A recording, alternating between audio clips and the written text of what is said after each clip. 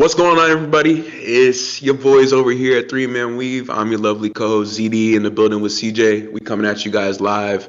It's August 11th, and we got a good docket to talk to you guys about today on Three Man Weave. Man, we gonna go through some of the free agents limbos that have been happening around the league. Man, guys not really wanting to sign contracts, and then we got the offseason files. We gonna do the Miami Heat. But CJ, how you doing, bro? How you feeling today? Feeling good, bro. Just, went through a little bit of technical difficulties a little bit, but it's good. It's my brother's birthday, so happy birthday, Jaden. 19 Oh, years that's what's old up. now. It's crazy. That's how I know I'm getting old now. When Yeah, that's what's up, my man. younger siblings, my younger cousins and stuff are getting to like 18, 19. I'm like, damn, shit's crazy. But yeah, doing good. Doing good. Ready to chop it up about, the Miami Heat. That's our off-season files today. Uh, you know, go into that for everyone. We break it up into segments. We do the three players that they're building around, their cap situation, and then improvements on and off the court. So excited to talk about that. And yeah, man, it's a good Monday. Can't Yeah, complain. nah, for sure, How are bro. you doing? Yeah, I'm good, man. It's my head's above water. I can't complain. I've felt better, bro. But like we were having a good conversation before we hopped on, so I think this, brings me a lot of joy, even if I'm not always feeling the best. Whatever. I love basketball, so I appreciate that we can do this on a consistent basis. But yeah, I'll just go right into it, man. There's a couple things that have been going on around the league. Let's see, Jonathan Kaminga. I'll just start it off with JK. I guess he doesn't want to sign with the Warriors, which honestly, for people who have been following up with the show and who keep up with the NBA, that's not a new story.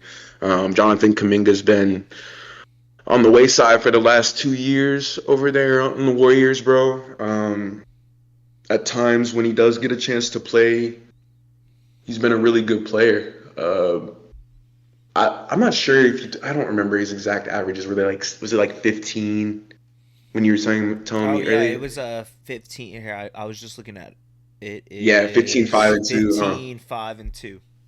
Yeah, so a player like that definitely deserves more run. I think the issue that happened last season was with Steve Kerr. I don't really think it was with the Warriors organization. But if your head coach refuses to play you the amount of minutes that you want to play, then it's hard to bring any value to that team. I think I was going to ask you the question. We already spoke about it before, but a month and a half ago, I was assuming, we were all assuming that the Warriors probably thought that Kim would want to stay. But as of now, that picture is very blurred. The team that he's potentially wanting to go to is the Kings. And, I'm from Sacramento. I think this is a good look for the Kings because he's young, he's athletic, he can contribute at a high level, and they need another, just a playmaking forward to be able to help. I think they got Dennis Schroeder. We were talking about their starting five, but I think it's going to be Schroeder, Levine, DeRozan, Kaminga, and Sabonis if that were to be the case. And yeah, we'll just have to see what happens from here. I'm not like the Jonathan kind of overrated, kind of the way that he's holding out for all the money. Like, I don't know. To me, he still hasn't done that much in the NBA, but like he definitely deserves to get paid more than what the Warriors were offering him. And I think it's more of a role issue than like a payment issue. Yeah. It's the fact that they're not willing to play him 30 minutes and he wants to play that long. So it's August 11th and we still haven't heard any news. So that's where Jonathan Kaminga stands today. Yeah, yeah, it's crazy because, like you said, we were talking about him earlier before we started recording, and he's definitely a player that deserves to be getting a lot of playing time. And at the Warriors up to this point, he has not been. So it's kind of hard for him to justify wanting to stay there. If, like, this is what Steve Kerr, his rotations are. I'm not really getting a lot of run. Obviously, if I get paid however much they're willing to pay me, they might want me to play more. But like, I think they kind of stunted his growth in a sense. That he was, Exactly. definitely a bright spot for that young team that ended up, winning the championship with Curry doing his thing. But yeah, no, it just makes sense for him to sign somewhere else. Get paid a little more, kind of have a bigger role on a team, and like you said, the Kings is probably more than likely where he's going to end up going. Like, I'm not saying that the Kings are going to be, playoff contenders, but I think if Right. they get Kaminga, they have the potential to make the play in. So, I think like you said, it's a good situation for them if they ended up getting him, and I think that's a right spot for him because they are kind of missing, more forward play. Obviously, they have Sabonis, who's kind of like a 4 or 5 depending on their lineup, but he's usually a 5 for them. And if you could get someone that could kind of create his own shot, kind of do a little bit more than just kind of I was just thinking about it. Levine, They're gonna have a bit of a DeRozan, log yeah, jam. let's Yeah, say they're going they they're gonna have somewhat of a log jam, but I think the difference is like I think Kaminga can initiate the offense just a little better than a Levine or not a Levine, a DeRozan can. I would say like Zach Levine's pretty decent at the pick and roll, but I think Kaminga adds a little bit more depth when it comes to playmaking ability. So right, that would be still useful, even yeah. if he's not a point guard. But yeah, no, just kind of excited to see him have a bigger role, honestly, and I think that's a perfect spot for him. So, as of right now, August 11th, yeah, Jonathan Kaminga, more than likely is not going to be a Golden State Warriors. So we'll see where he ends up going, and if our intel is correct, I guess we'll Yeah, see, we'll we'll see. see. But Hey, it's Sean's, bro. It better be. yeah, facts. Yeah, no, it's all good though. I think if his story comes to an end there, then I think he made the right decision for the future. And like I mentioned, I think the Kings would be really happy to have like yeah, one of their youngest players, if that were to be the case, come in. Somebody's already won a championship. They're trying to do that still in Sacktown, so I think it would benefit both parties. I mean, the reality of it is the Warriors have to look to a future without Curry. I mean, and I don't know if like they've kind of hamstrung themselves by paying Jimmy. We already talked about the Warriors offseason file, but they're paying Jimmy and Draymond Green a decent amount of money to still be on that roster, and it just takes up a lot of the extra capital you could use to go out and sign Kaminga to a more serviceable deal. So yeah, I'm not too surprised about that situation. The next guy though, Russell Westbrook, played for the Nuggets. He's not going back to the Nuggets this season, so I don't really know where he's going to go, but I will say this about Russ is he's had a really good last year and a half. Really since being traded from the Lakers, of course, he's had a renaissance in a sense, just proving that he's still a player of value and somebody who can, when put in the right spots. Again, he can't shoot threes, but when you put him in the right spots, he's doing the pick and roll. He's getting offensive rebounds. He's still a really good player, and so a lot of teams I know would be very excited to have Russell Westbrook a part of their bench. He's immediately going to add 12 points. The assist is really, to me, what's most important about Russell Westbrook's game right now is his ability to still kind of do what he was doing in OKC when it comes to facilitating for the offense. Like he's still looking for guys. He's trying to drop dimes and get guys involved. So that's always something that I've appreciated about Russ. But it is interesting to see that not a lot of teams are interested in his services. I mean, Right, yeah, it is. you would think he would be re-signed by now. I think it's kind of it's more of an indictment on the NBA and how they view Russell Westbrook and the type of player that he is. I think a lot of teams would like to have him on their bench, but they're just not willing to add another player who can't shoot.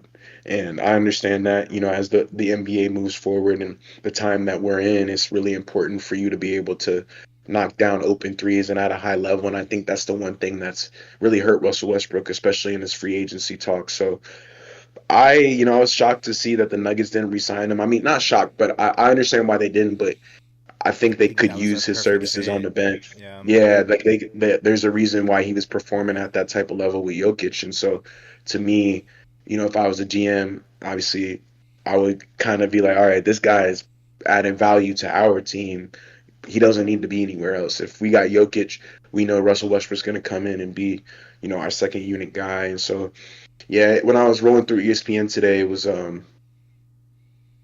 interesting to see his name on the list because he's a first ballot Hall of Famer. Mm-hmm. Still, I would say he's at the tail end of his career, but still he's got some gas left in the tank. So there's really, there's a lot of places that I can see Russ go. It just hopefully the place that he ends up being is somewhere that supports him. And Russell Westbrook is a very team player. He likes to see how the fans, the organization receives the type of player that he is, and if he doesn't feel that you respect his services, then he's not gonna mince words. He's gonna make sure that you know about that and let that be known to the media. And so I felt like Russ really felt a home or found a home in Denver, and it's definitely a shame that he's not going to be on the roster next year. Yeah. No, yeah, it's like you said it perfectly, bro. Like I think, since really leaving the Lakers, he kind of rejuvenated his career in a sense, and I felt like on the Nuggets it was a perfect fit.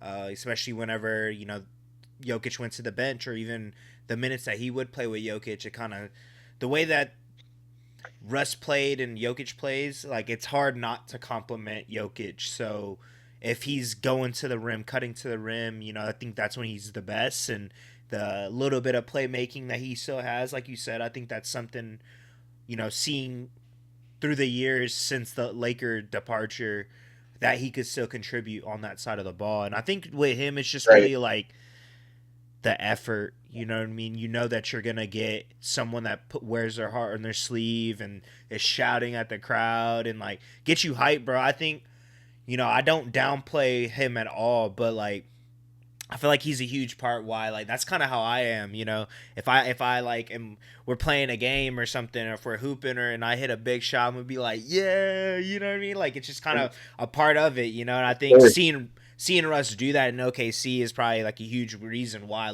Looking back at it now, but no, yeah, it's super shocking that I didn't.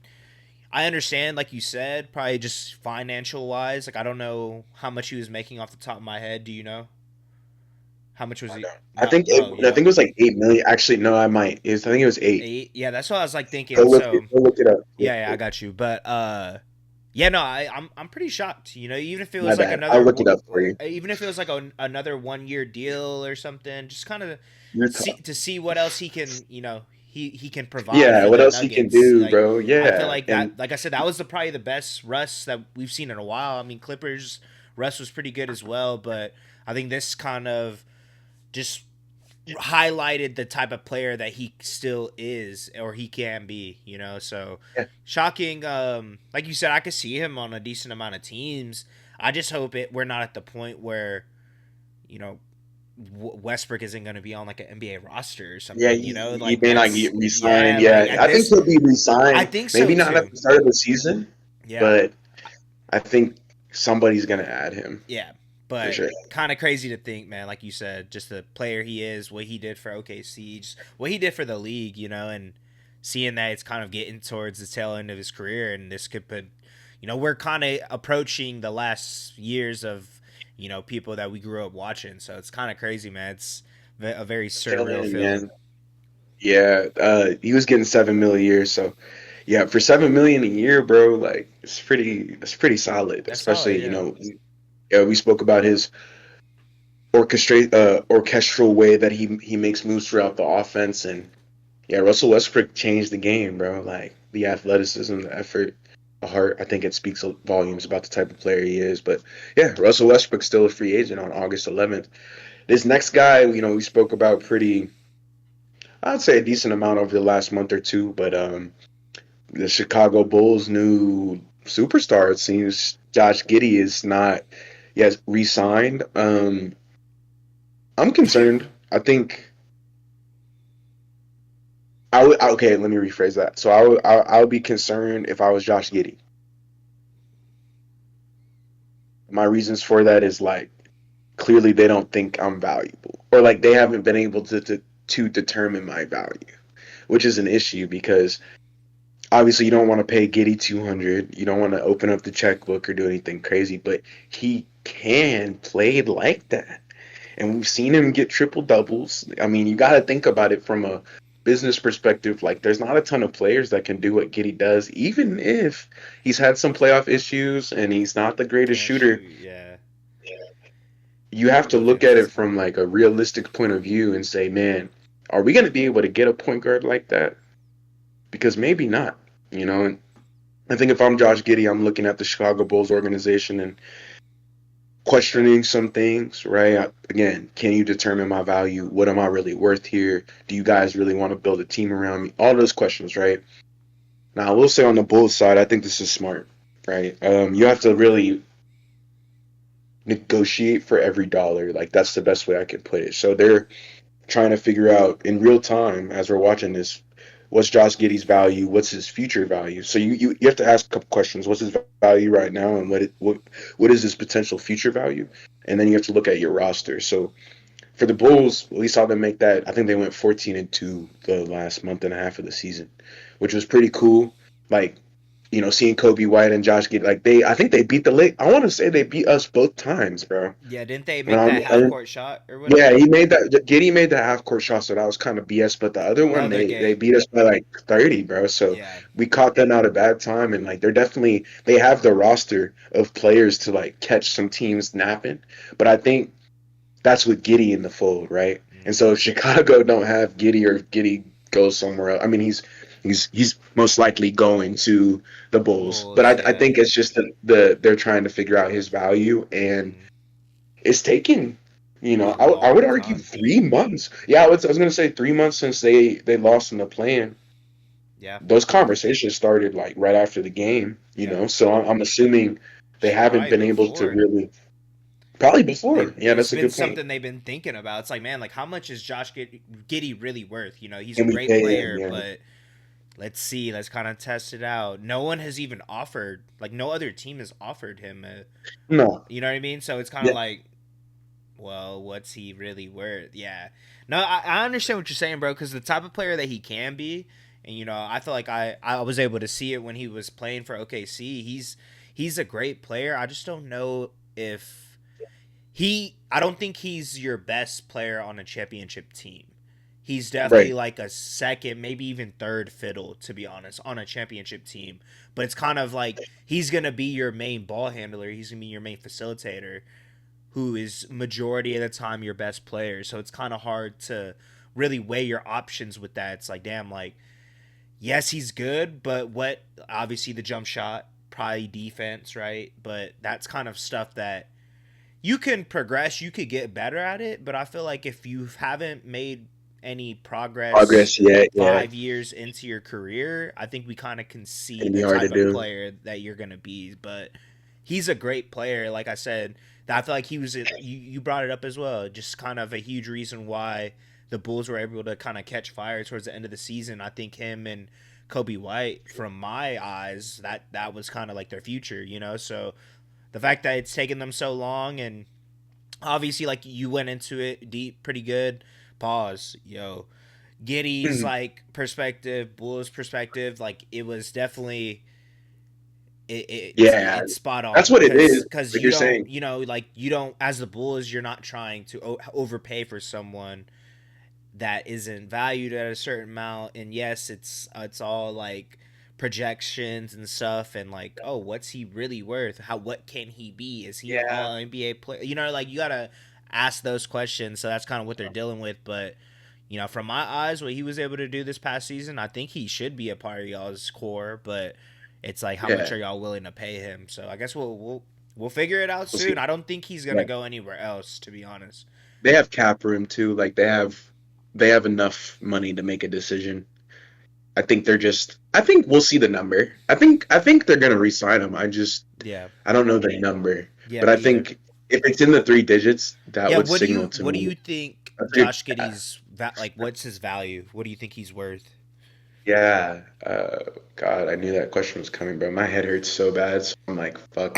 Like, You said not 200 um, mil. He's not a $200 million player. no, but like, if you had to Like give me a number, because that's a 175. good question. Yeah, I was gonna say like above 100, Yeah, I and agree. this is probably for most likely like 3 years, 4 years. 4 years. Yeah.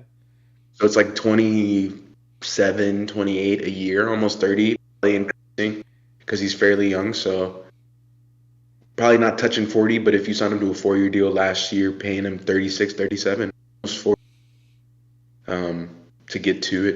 Yeah. So I would go 110, 115 Okay. at 3 or 4 years. Solid. I think that's Yeah, a and they have the cap too. So Like, and you brought up Kobe White. I didn't even talk, but he also is playing a part because they don't. To your point, they don't know. Like, do we measure the value with Kobe White? Like, do we measure that away from that? Like, do we just measure these two guys? They were just two players that, because you don't want to get into that problem where you overpay and it's like, oh, it's good because there's Kobe White on the team, but like Kobe White goes down and now Josh Giddey is trash or something. Like you just got to be careful walking on those types of eggshells.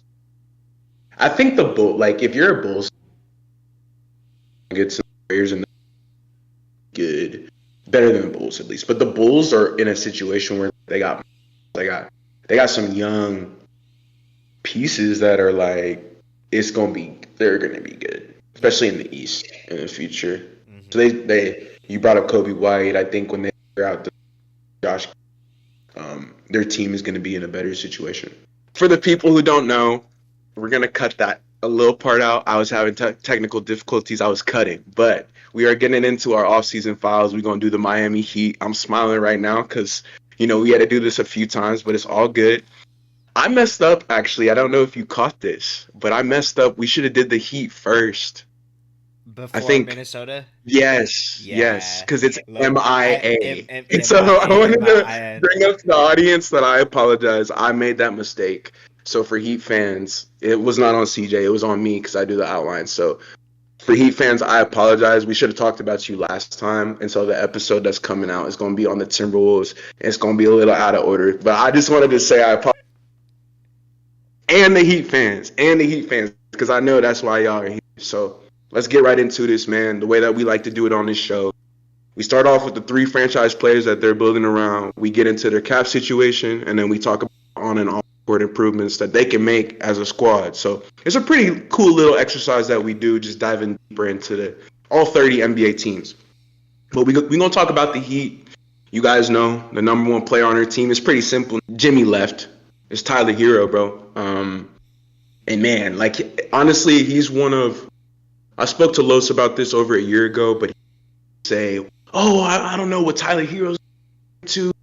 I'm worried that he's not really an all-star." I think all of that's quiet, bro. I think Tyler Hero's the real deal. He's proven that he can be a good. We saw the scoring increase, like we saw the bump in that realm in the efficiency department. For me, he was flirting with the 50, 40, 90 the first half of the season. I don't know. I don't think he ended up getting it.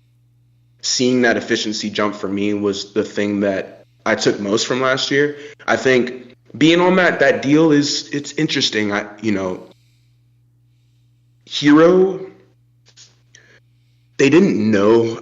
So the Heat didn't know that Hero was going to turn into the type of player that he is today because of Jim. So the number is one. I think he's getting paid. I think it's $150, and so that number should have been a lot higher. Butler wasn't in the picture, but since Jimmy was the franchise player, they didn't know that Hero was going to turn into that. So I say all that to say this: he's eligible for an extension this summer, so this next season, and he's going to be playing his ass off this year, bro. Like I could see Tyler Hero getting 23, 6, 7 assists, bro. Shoot 90% from the line. And it's because he wants to get paid. And he wants to be on the Heat. We've seen his ability to be 6th man of the year. We've seen the All-Star voting. We've seen a lot of great improvements from Tyler Hero, bro. And I think for me, what I'm most proud of is just the playmaking ability. We've seen a great shooter. He's not the best defender, right? But he is their number 1 player, bro. And at that number, like $150 million for his services, and obviously it's going to increase, right? Be approaching 200, to be honest with you. Like that's how much he's really worth. But currently, that's what the Heat are paying him. And so, obviously him and Bam Adebayo make up most of their cap room. But still, getting Tyler Hero at, I would say, a discount as of now has played out pretty well for the Heat, bro. Like they're excited to have him. I think I'm really excited for him to get a full season because he didn't get it. He didn't get that last season, so he's gonna get that this next coming year. So I'm excited to see that. But going right into my next guy, man, I spoke about him just a second ago. It's Bam Adebayo. This dude is the most expensive player on the Heat. Number, I think he's $160 million, if I'm not mistaken, 10 million more than Hero. And the reason why is Bam Adebayo is a great defender. He's been able to really hold his own throughout the last 2 to 3 seasons. He's made the Defensive Player of the Year. Hasn't yet gotten it, but he does compete at a very high level on that side. And really, what Bam's worked on is his offensive game. And so him turning into that 16, 17, 18, 20 points per game scorer with the rebounding plus the defense makes him, I would say, just as valuable, if not more valuable, than Tyler Hero. And that's solely because of his defense, right? We've seen Bam Adebayo grow into a confident player. We've seen him, honestly, a couple years ago, you could never see Bam Adebayo.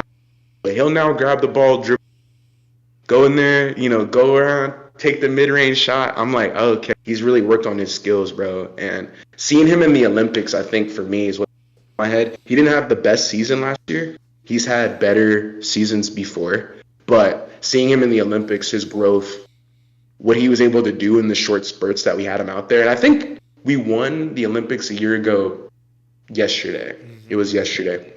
But seeing him play so well in spurts, it really gave me a lot of hope because, I haven't spoke about this yet, but the Heat have a really good development staff. And so, I give credit to them, obviously Bam, but Adebayo and Hero being your two core players, just like, that's really good, bro. Especially being in the Eastern Conference at their age, I would argue both now, or Hero's a little, I'd say a few years away from his main prime, but Adebayo's approaching that prime, and you're getting two really, really special guys who could potentially be all-stars for you, and a lot of NBA teams don't have that. So those two guys, Bam Adebayo being the two-way superstar, Hero being the facilitator, being the scorer that they can count on, being the clutch guy, the guy that they know that they can go to when they need a bucket. I think that tandem's solid, bro. And this last guy, he's a younger dude. I'm really, really, this is my favorite guy on the list. I can't even. It's Kel'el Ware, the center. Obviously, their first-round draft pick, made All-NBA rookie second team last season. And, bro, I think for me, for him to come in and immediately make it on the defensive end, and then his athleticism, I think he gives Tyler Hero a lot. And at his age, it makes him super valuable. I think currently he's only getting $5 million a year. I think it's for $20 million, which is unbelievable because he's giving you 10, 8, and a couple blocks a game. And so if he can develop his skills into, more of an isolation big, because right now he gets his points within the offense, which is good, but to really be a dominant big, instill fear into the opposing defenders. And I think Kel'el Ware, similar to Jalen Duren, but a similar player, hangs out around the rim, gets a ton of dunks, and then does pretty well, holds his own. I wanted to see what you thought about me putting Kel'el Ware there, because you could put Wiggins, you could put a couple other, Jovic, obviously, but I think him being at the size, we talked two big lineup. Thunder just won the championship. I think there's been a blueprint now where it's okay to run that are both kind of bigger and see how that works. I think Kel'el Ware does a really good job too. Similar to Zach Edey, he's not somebody who gets stuck in mud for his size, very lanky. And I truly believe at $20 million, bro, they really do think that that's a piece they can build around, and they're looking to develop him further and potentially pay him a max salary one day if he can prove that he's worth that. Yeah. So what do you think about me having Kel'el? No, bro, I'm not mad at it, honestly. I think he was really their biggest bright spot for obviously Davion Mitchell, but I feel like Kel'el we'll talk about him too. Kind of did it for majority of the season. Like you said, made All NBA or All Rookie second team, and the fact that they were able to get him, was it the 15th overall, right? Yeah, no, very mid draft. Good draft for them, and I feel like you I'm said, mad I cut out. I'm sorry, CJ. You what? I'm mad I was cutting out earlier, bro. Oh yeah. All good. Sorry. Bro. I had to get that out. But no, yeah, I like it because I think he was their bright spot for them this season, and just kind of seeing his progression. Like you said, obviously, kind of offensive ability can improve, but I think we saw great flashes of what he's able to do. He can knock down a three every now and then, and then obviously just being a lob threat. So it's kind of, I think his game is gonna just improve throughout his career, but I think for them to kind of have Bam shift over to the 4 and then have Khalil Ware at the 5, like I think that's Bam's kind of I don't know preferred position. I don't know the man, but from seeing him play, I think that's where he kind of dominates the game a little bit better than being not the center. But yeah, no, Understood. I agree. I agree with you, man. I like the Khalil Ware I'm pick. rocking with that. Yeah, dude. And again, all of those guys, I think I mean, Bam and Adebayo are like 50% of their cap. It's $300 million for those two guys. But then so for their three franchise players that they're building around, I think it's like 320 million since Khalil Ware is on a really friendly deal. Wiggins is actually the other guy who I was thinking about putting on this list, but I didn't because I don't think Heat fans would believe that. Yeah. Oh, we're building around Andrew Wiggins. Like that didn't sound right to me, No, that doesn't Yeah, sound exactly. right. He's a great player, though. Yeah, I think he's great player Yeah, I think he's gonna be good there. on a high contract. Yeah, but when I was going through the outline, I was like, nah, no way, definitely Khalil Ware. So I had to give him props for that one, bro. I'm glad you agree. Yeah, I like that one. Yeah. So I guess kind of going into the next part of the offseason files is their cap and roster situation. Yep. Just kind of looking at it, we'll obviously talk deeper about it, but like you said, Andrew Wiggins is pretty high. Terry Rozier is still on this, but we'll get into that. We'll get into that. That was just a little sneak peek. But their total active roster cap, projected is $189 million. The Heat are projected to be about $4 million below the first apron and 16.8 below the second one. Some key contracts like ZD talked about was obviously Bam and Tyler Herro. They consume a large portion of the cap payroll. If extended fully, Herro alone could take up nearly 25%, pushing both he and Bam towards 55% combined of cap space.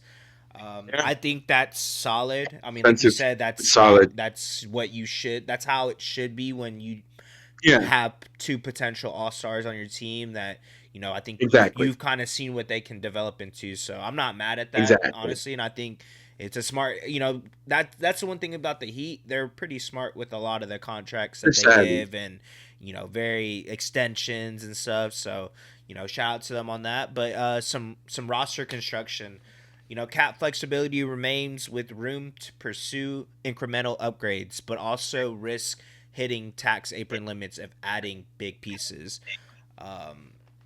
So they do have a little bit of space, but it's kind of they're in a weird spot. If they try to get someone that is going to provide a decent amount of value, they're probably going to be in that second apron luxury tax range. Yeah. So it's kind of hard to that I mean, we talked about it. You brought it up as well. Their developmental staff is usually very well, so they're able to get kind of a Haywood Highsmith or a type of player like that, like you don't really know about, but they're still able to contribute winning basketball for the Miami Heat. So I think they're gonna have probably one of those this year. Someone that we may have heard his name a couple times last year, but are gonna be providing a lot more value. So we'll see. But that's one thing I didn't know. I forgot that Terry Rozier would just take up a lot of money. Yep, $26 million. Yeah, you said that they're a couple $1 million away from hitting that. The second one is that's the one they don't want to trigger. Obviously, you don't want to pay a really expensive roster if you're not winning a championship. The Heat aren't most likely winning a championship. Having Rozier there is it's been interesting. We haven't talked about him much, but since the gambling, he got cleared of that, by the way. He did. And I think his basketball powers have just been zapped. I don't know. He just seems checked out. You brought him up earlier. I think they look to Davion Mitchell now. Or I agree. Somebody that they can count on. He's not in any issues like that, and a two-way star as well. I think when we are looking at Rozier, great player when he can even play and he's playing well on offense, but what does he give you on defense? I know something about the Heat culture. They really like defense, and so, like you're saying, buying into Davion Mitchell's contract, I think they signed him to that extension that was fairly cheap. That was a very smart move. You brought up a really good point with Adebayo and Hero owning that cap. Yeah, they own the cap, like you said, because they're young super. They got a chance to be all-stars on the same. You gotta pay the dues to those two guys. And yeah, there was nothing on there that really outside of the Rozier contract. And then, I love Wiggins, but I think he's a bit over. Yeah. But those are like the two. I like Andrew Wiggins a lot. At times, he'll give you the 20 points. Saw it last year. He saved them. He had a game winner. I think he had a game where he came in and hit a really big shot. Like, Andrew Wiggins is that sort of guy where he's kind of just quietly always there, but not too loud. Right. Like, he's not going to give you 50, right, but he's not going to give you like 2. Right. He's very, very kind of up and down, bro. I like Wiggs. I think there's a reason Warriors moved that contract. And they got rid of Kevin Love, bro. Like, we haven't talked about Kevin Love yet, but, I think when I saw that, I was a bit weirded out by that. I was like, why would you get rid of somebody who, again, is not going to ask for a lot of money, and he's only there to teach, and probably the best outlet passer we have in the NBA. And I know he doesn't play as much, right? He can still hit a 3 every once in a while. Paying Kevin Love, or not wanting to pay Kevin Love didn't make a ton, because he would be like an awesome mentor for anybody, Bam, Khalil Ware. And so I was a bit discouraged by that, because, I think Kevin Love was pretty awesome for the Heat. Like, he did some when he needed to. But, yeah, they made a couple of their total cap, and that was one of them. They had to say goodbye to him. So, you brought up a good point with, Hero and Bam owning that cap. Wiggins and Rozier, yeah.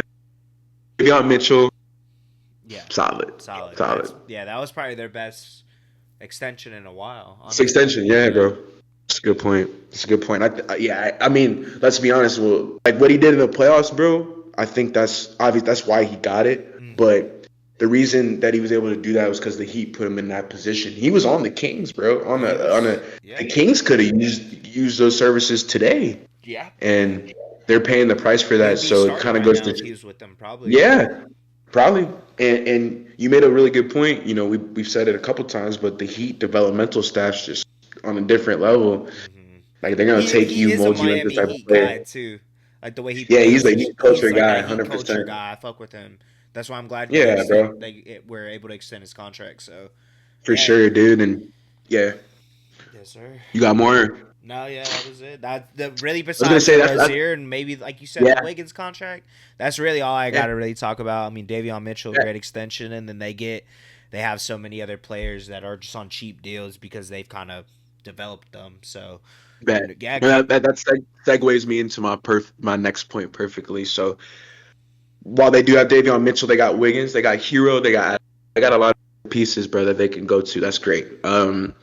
Similar to Minnesota, they got to figure out their offensive hierarchy. If that's going to be Hero and Bam added, they're going to dominate the shots. Cool. I've noticed that at times, them doing that, looking to Bam and Hero to be their two guys, because of their play styles. Bam's never been a great shooter, and I think that hurts the spacing a lot. We know Hero's going to dominate the ball, right? But again, what does Khalil Ware look like? How many touches is he going to get? What is Nikola Jovic? We haven't talked about him at all, right? Jovic even, right? What does that look like? Are you going to let him go in there 30, 35 minutes, get up a couple touches? I think once the Heat figure out their offensive structure, their team's going to be a lot better. The reason why they lost to the Cavs, because they couldn't guard they couldn't guard one, but they couldn't score. Like, The Cavs are good, and yeah, at times they got to, they scored a lot in the playoff game. Sure, the Heat have to be able to put up more than 90 points for sure. Yeah, and it can't be all on Tyler Hero, Bam. Right, and so you got to start asking yourself these questions. That's why I brought up Kevin Love, because Jovic goes into the game, he don't know what to do. Okay, well, we got a veteran guy. We can teach him a little bit. He can make a mistake here. Like, he's gonna learn. But I think people need to really recognize that that's why the Heat have been stuck in mud. It's actually not because of their defense. It's been because of their offense. Getting rid of Duncan Robinson as well, we've yet to bring up, who I was saving for this conversation. Losing somebody who's a sniper like that to the Pistons, like, bruh, that's 40% free right there. Just walk. Yeah, I understand the contract. Like, again, that was another move for money. So I understand, but you're going to have to figure out that hierarchy that had a better structure, I would say, with Jimmy Butler now as opposed to not. And so they're going to take a couple games to figure that out. I think half the year, if we're being realistic, just to see the type of player Davion Mitchell is, Nikola Jovic is, and Kel'el Ware. I think those three dudes mainly, we know what Wiggins is going to bring to the table, right? We know what Rozier can do when healthy, but those three guys are the major question marks. And I think if those question marks get answered, they'll be solid. That leads me into my next point. If you're going to be building around Kel'el Ware, then you gotta be building around Kel'el Ware. And so I think, again, letting him get more touches, putting him alongside with Bam Adebayo like they did, truly the two big lineup, bro. If they can master having two guys out there who, again, they're not gonna kill you from 3-point range. It's not like they stretch the floor a ton, but they do guard, bro, and they do rebound things. Adebayo and Kel'el Ware do really well. I think for Kel'el Ware to really elevate his game and to level, kind of blends in with the first point made. But it's really important for the Heat to put him in those situations. You got to play him 30-30, you know? Like, there's really nothing to lose here. A franchise player in Jimmy Butler, you know, you got a couple coming. But now you really need that third guy to solidify your offense and help you build that offensive hierarchy I'm talking. And it's very similar to a lot of different guys on the roster who do different things really well, but it's tough for them to all mesh. I think it starts with getting him more involved, and I think he's going to unlock a lot of different things. And you brought up a really good point. You know, I don't know yeah, hopefully you guys are listening, because you know, CJ, you brought up Kel'el Ware can shoot the three a little. Man, I think that's a game changer. If you have a 7-footer, 7 big who could potentially stretch the floor, that's going to be a game changer, bro. So I think, again, having him in interior to help bolster the defense, just being a big guy out there, bro, that's where Kel'el Ware is going to get them. Truly, if the Heat are building around him, then they need to make this the second most important thing on their list. Because I think every other guy on their roster, even Davion Mitchell more so, understands what they're going to be doing next year. But Kel'el I think it's if he can be an impactful guy, I'm talking 15-10, 2-3 blocks. Like, you're looking at a solidified playing team, potentially playoff team for sure, if he can do that. So that's why I bring that up. And then the last on the court improvement, this goes to their bench, brother, but we need some consistent scoring and some shot creation. I love Davion, right? I love Nikola Jovic, right? But like some of these guys are gonna. Will the Heat do this more than any other team? They change their lineups like a ton. They kind of put whoever there. I think they need to start establishing starters, bench. Like, they need to figure that out, that hierarchy out. But I was gonna say their bench is gonna take a massive this year. I feel like their bench is what's gonna be the reason why they're in the play-in or out of the play-in. Honestly, if they can't figure out their bench unit, how that looks on a nightly basis, unfortunately, don't think they'll be that good. We have to start looking at history. Like, you guys, the writing's on. Look at the Thunder. Look at the Pacers. Like, a lot of great teams have good benches, and I just, I am worried. I'm concerned with the Miami bench, especially if you're going to be switching guys up all the time and doing interchangeable positions. Like, all that is cool, but one thing it doesn't build is continuity, and guys are searching for that right now. I think with Hero's extension potentially looming, there's a couple that the Heat front office have to make. But one decision they need to be focused on, because at the end of the day, that's what happened with Duncan Robinson, Kevin Love. That's why I brought them up, bro. They were on the bench, and they contribute. Terry Rozier was on your bench. He was contributing at times, and he started to, but he was one guy that they kind of played. But the point is, they had production, and it was decent. And now that's kind of gone. The Heat are in some trouble. I think they're in a bit of trouble. Sure. Moving forward, I think it'll be really, really those three. Did you want to add anything to that? No. Yeah, you killed it. Yeah. Cool. No, for sure. If they do those three things, they get the hierarchy. They lean into Kel'el at their bench. I think the combination of those three things, it's gonna be good. Yeah. I think they'll be all right. But moving right along, man, we got the off the court improvements. I'd say it gets interesting, bro, because the Heat are now, they're in the post Jimmy Butler era.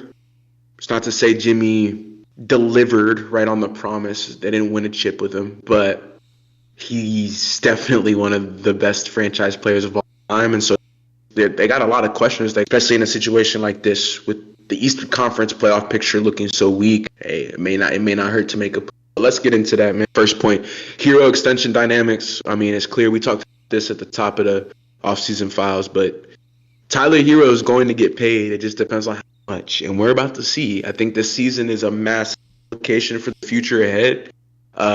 We've seen Tyler Hero grow into the type of player that he is.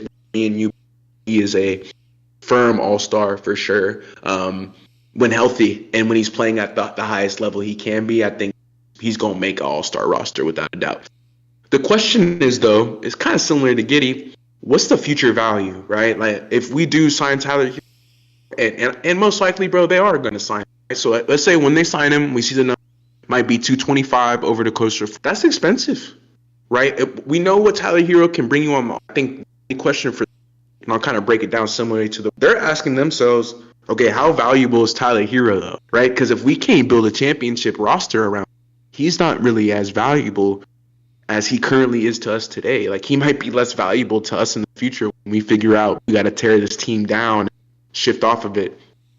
The one value of signing somebody to a number at that level, right, above 200 million is like any team that wants Hero needs to send a player back with that same amount. And so you'll be getting another super, like there's no, basically if they were to, so the Heat are in an interesting spot. They can wait till this next summer, like I said earlier, or they could do it at the start of the season if they want. If he shows in the first week that he's doing really well, bro, CJ, I would sign from the jump because they have that available to him, and he'll gladly take. Yeah, he'll sign it if it's summer. And so I'm talking about that's the dynamics that I'm talking about, the Heat versus Hero, and it's not. But I think determining your future is really important. It's just as important as determining your present. And so the Heat front office is definitely looking at this season specifically under a magnifying. What is Tyler Hero's, not just to us, but to the NBA? Can we build a championship roster around him? Yeah. You know, we've gone to the finals with him. He hasn't been the main guy, but I'm excited, bro. I'm not gonna lie. Like, I think for Tyler Hero, like, I could see an all-star season out of him just because like the cards that are shown on the table right now. That's really good, bro. And so shout out Tyler Hero, bro. I hope you get signed, big extension. Hopefully you show up and show out. Don't get hurt. God bless you, man. But this next thing I think is similar to not what the Grizzlies can do, because the Heat have had LeBron, Bosh, D Wade. They've had some of the best teams of all, right? But Miami has that extra first rounder, I think, from the Jimmy trade. And if I'm not mistaken, the Warriors don't necessarily look too hot, especially without Kuminga. Right. And so that trade asset might have just become more valuable, especially if Kuminga leaves. Could they package that plus a potential rookie or younger player to get another guy in the room? I mean, hey, I'll be honest with you. I don't think they need to. I'm just putting this one on there just to see what you're thinking, what the audience would think. But if Kel'el Ware doesn't develop, if they don't get their third guy, Bam and Hero going on, like, you're not gonna go get them a third guy. Right. This is the Miami Heat we talking about Pat Riley, dog. Right. We talking about Pat Riley because he haven't said his name this entire time. For those people who don't know who Pat Riley is, he's the owner/GMs in the entire league. And he knows how to take a risk for sure, CJ. And I know you know that, being a Lakers guy too. Like, Pat Riley's a GOAT, bro. And so he notices this situation, honestly, just as much as we do, way more than we do. And so he knows the value of that first-round pick. That's why they traded Jimmy for that. And I think the Warriors didn't know this because at the time they were assuming Kuminga was going to stay. But if Kuminga doesn't stay, their gets exponentially worse. And so that pick actually becomes exponentially more valuable. And they've kind of been hovering around mediocrity since the bubble, really. But since D Wade is honestly, like, really since Dwayne Wade left Chicago, the Heat haven't been able to really get anything going. And I think that's a massive issue. So what you do with that first round pick could be important. But I don't know if the Heat will move from it unless Kel'el Ware doesn't pan out. I think if he's one of their franchise key players moving forward, they're not going to trade that first round pick. They're going to keep it. Like you said, great developmental staff. They can make a draft pick in the first round, keep their own player. And I will say this: Pat Riley likes to take risks, like I mentioned earlier. So anything could happen. Never write that off. But the last really important thing in training camp, continuity and continuing to focus on developing a young core. So for the Heat, honestly, Jovic, Mitchell, Kel'el Ware, Hero, Adebayo, like that is a good, healthy, young core. And so focusing, making sure they're ready for the start of the season, understanding that training camp is really important, getting guys reps so they feel comfortable in certain game situations. And then guys who have left over the course of the last few seasons, Kevin Love, Butler, Robinson, we need you guys to step up. That's really the last thing I was going to is I know Spoelstra's having his head on the swivel, bro, letting people know, like, hey, you really got to be this dude, man. We need you to show up. Davion Mitchell, hey, we need you to go and play Shea tonight, and we need you to score 20 points. Can you do that? Mm-hmm. Can you go and guard the opposing team's best player and give us 15, 20 points? Can you do that? Hey, Jovic, I need you to go in there and get us 14 with 6 rebounds, 3 assists. Can you go do that, bro? Mm-hmm. Because if you can do that, we spoke about this. The Heat are such a well-oiled franchise, and they're run very pristinely. They have great history there.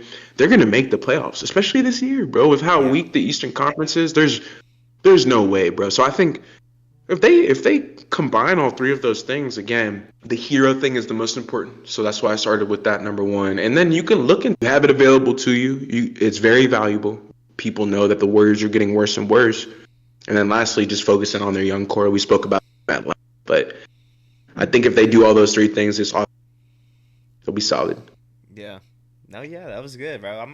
I got me a little excited for the Heat next year. Me too, bro. Me too. Not gonna lie. Yeah, like I was mad earlier because I was cutting and shit, but it made me excited. Yeah, hell yeah, bro. Yeah. Was there anything I was like, dang. No, not really. I'm just like, I just want to see how Tyler Hero does, bro. Now that we've talked about it for like, I didn't, when I was doing the research on it, I didn't even notice until how big of a deal it is. So I think it's going to be cool. Like, he's going to show out for sure. And hey, book it. Like, I'm calling it. Tyler Hero All-Star Eastern Conference. I'm calling it. Yeah, that's not bad. I'm calling it. Calling it, bro. Yeah, bro. If y'all liked and enjoyed this episode, 3-Man Weave, don't forget to leave a like, comment, subscribe, and we'll see y'all next time, man. Peace. 3-Man.